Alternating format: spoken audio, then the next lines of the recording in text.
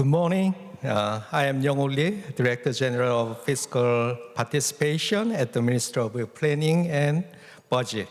And I also served as co-chair of a PEMNA steering committee. First of all, I would like to express my sincere appreciation to all of you for attending the 2026 PEMNA High-Level Plenary Conference. Today, I will deliver my presentation through simultaneous interpretation on the topic of digital transformation of public finance management and AI-powered PFM reform in Korea.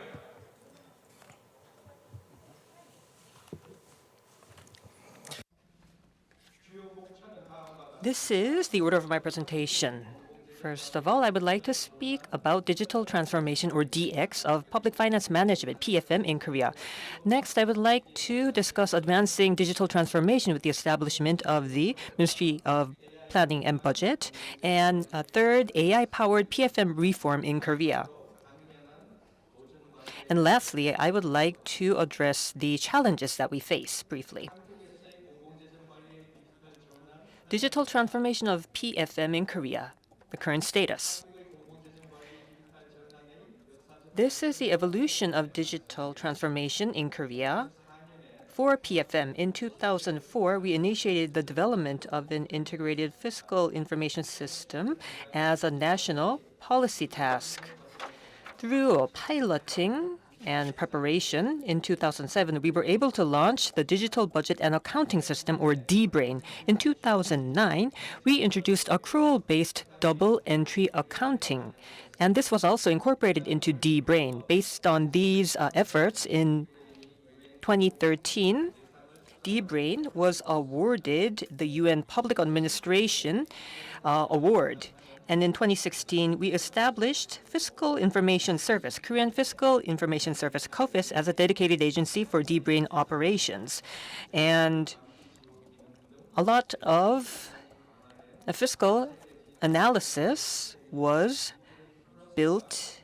And in 2022, we were able to launch the next generation system, DBRAIN Plus.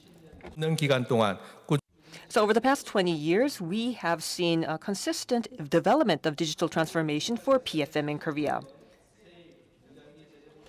So revenue collection and fiscal execution and performance management, all of those areas are being integrated through the system. First of all, we have the National Tax Service, home tax, to manage revenue across 19 collection agencies and 81 entities, including the central bank, connects 145 agencies. And within DBRAIN, we have budget planning, revenue management, and national property management, and other areas. And eNara DOM provides better accountability, and the e-procurement system that is used nationwide allows for efficient and transparent management from execution to monitoring. And lastly, for better information, the open fiscal data is provided. That allows for a sharing of online training materials and also fiscal information. DBRAIN processes an average of 11.8 trillion won in daily expenditure and 6.8 trillion won in daily receipts, and approximately 330 central agencies, approximately 47,000 affiliated public accounting agencies use this. And the DBRAIN is evolving consistently. So DBRAIN Plus was launched in 2022.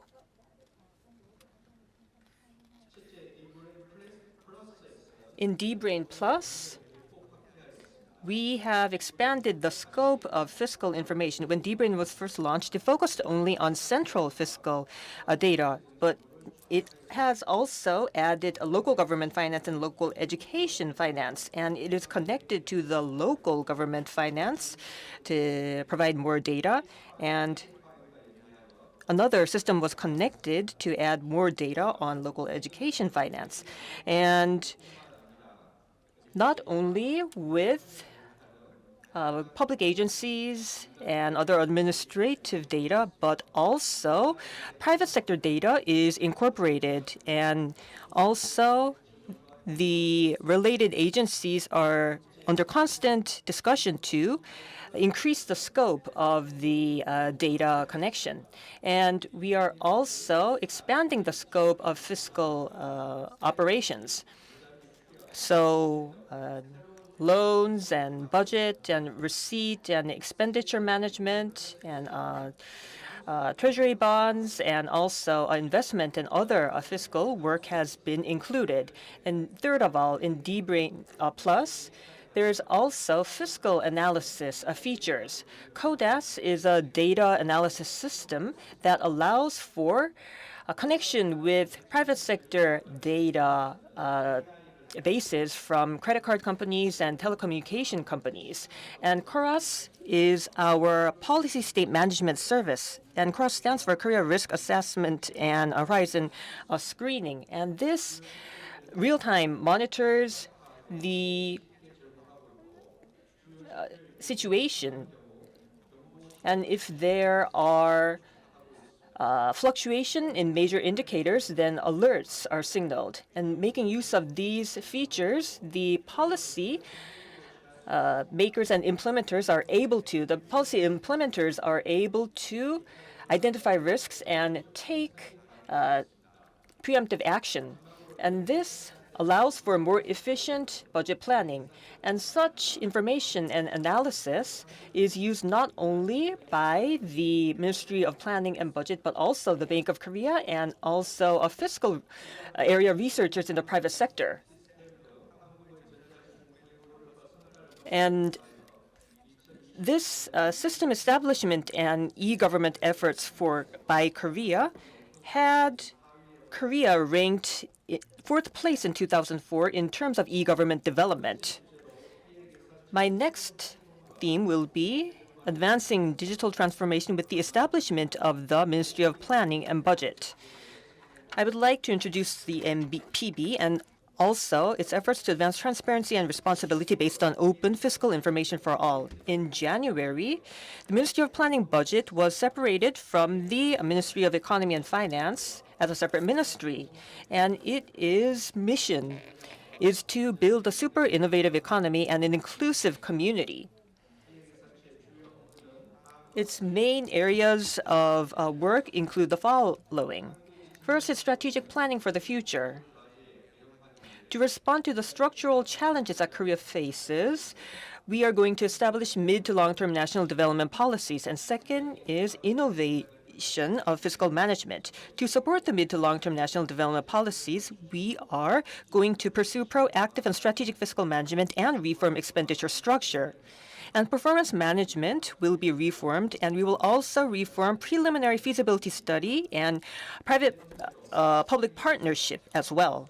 Third of all is enhancing participation, communication, and collaboration.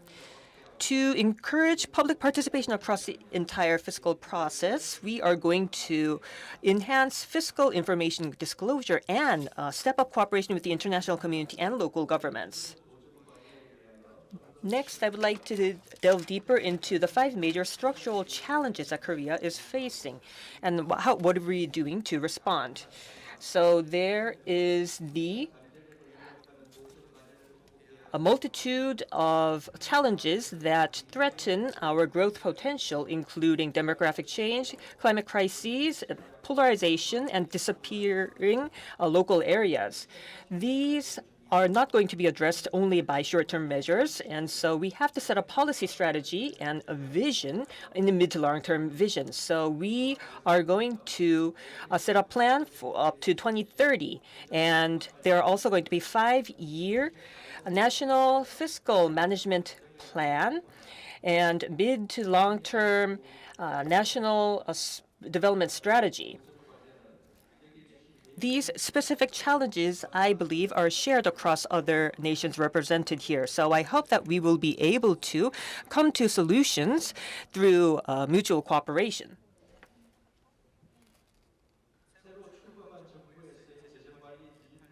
So in the newly inaugurated administration, I would like to share our plans to advance digital transformation for digital transformation. So this is a major policy goal for the new administration. The Ministry of Planning and Budget will set the and actually expand the scope of disclosed fiscal information. So one example would be open fiscal information for all. First, we are going to enhance the scope of fiscal data that is shared and disclosed. So this will include not only national fiscal information, but also local fiscal information. So we were looking at across different types of fiscal data, and 75,000 project-related documents are provided.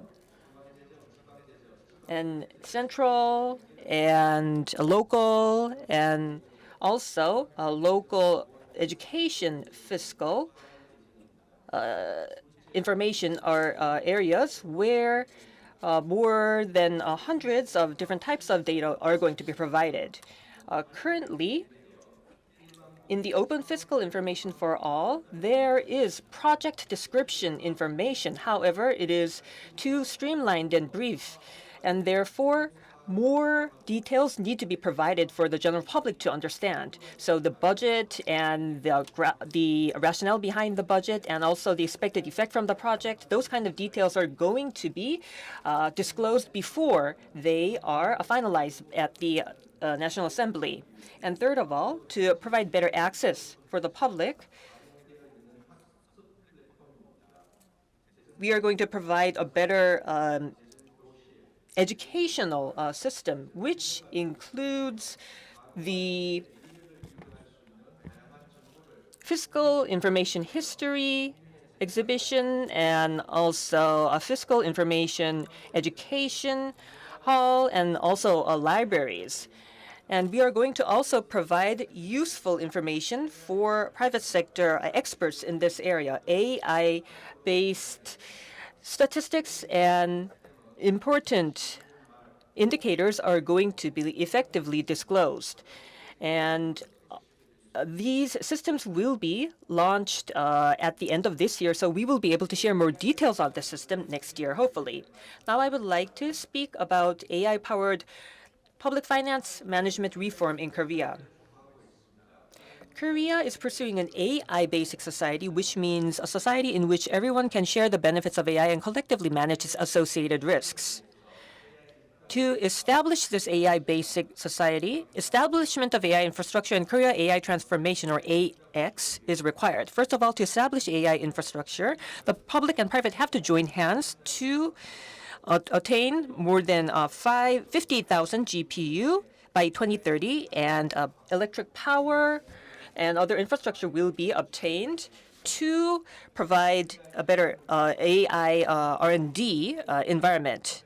And second of all, we are going to leverage our manufacturing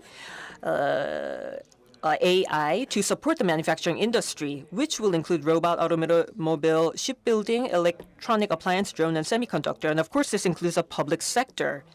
So the AI-related budget went up from 3.33 trillion won in 2025 to 9.9 trillion won in 2026.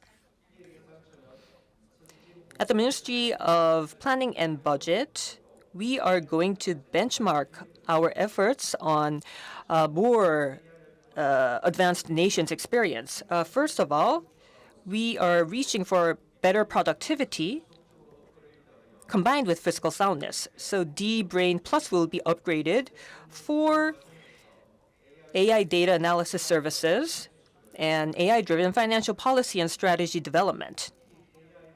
In particular, AI data analysis service will provide for better reporting to support policy making. And the National Tax Service will make use of AI-based tax evasion detection system to enhance their productivity and also provide for better fiscal soundness. The Procurement Bureau is also going to automate their work and use large language models to better assist requests for proposals, RFPs. This is an effort to provide better cooperation between the public and private sectors in an AI-based e-procurement system. And second of all, we are going to dramatically enhance the transparency and convenience. The Open Fiscal Information for All will be launched by the end of the year to provide better information in terms of scope and depth for local, national, and local education finances. So currently, about 4,000 FAQs are required, but we will be making use of 82,000 or 20 times more information sources to provide for more accurate responses. And AI-based Q&A will be provided to provide fiscal reports, financial reports, summary, analysis, and also recommendation feature. And lastly, AI-based search and analysis will be further enhanced using standardized data. So a standard will be set for data to be more easily used by AI, and more information will be shared based on better enhanced systems and institutions. And lastly, I would like to share the challenges that we faced while working for AI-powered PFM reform. First is data privacy and security. For AI learning, we have to strike a balance between data development and security. And next is data bias, fairness, and standardization. We have to enhance the transparency and fairness of data, and also the format of information should be standardized to help AI better understand the information. And third of all is accountability. The black box problem in the decision-making process should be addressed. And fourth of all is shifting of budgetary power. Bureaucratic silo mentality and information monopolization might be aggravated. Therefore, expanding participation of the National Assembly and private sector experts and the general public may lead to a reduced role of the existing financial management agencies. So to address this, we have to have a better fiscal innovation that allows for better fiscal democracy and also establishment of trust. And I do hope that we will continue to have such forums where we can share experiences, successes, and failures. And this brings me to the end of my presentation. I do hope that my presentation has helped digital transformation in PFM for the member countries of PEMNA in terms of providing them better insights. And I do hope that we will have continued discussions to share our successes and failures as well. Thank you so much for your attention.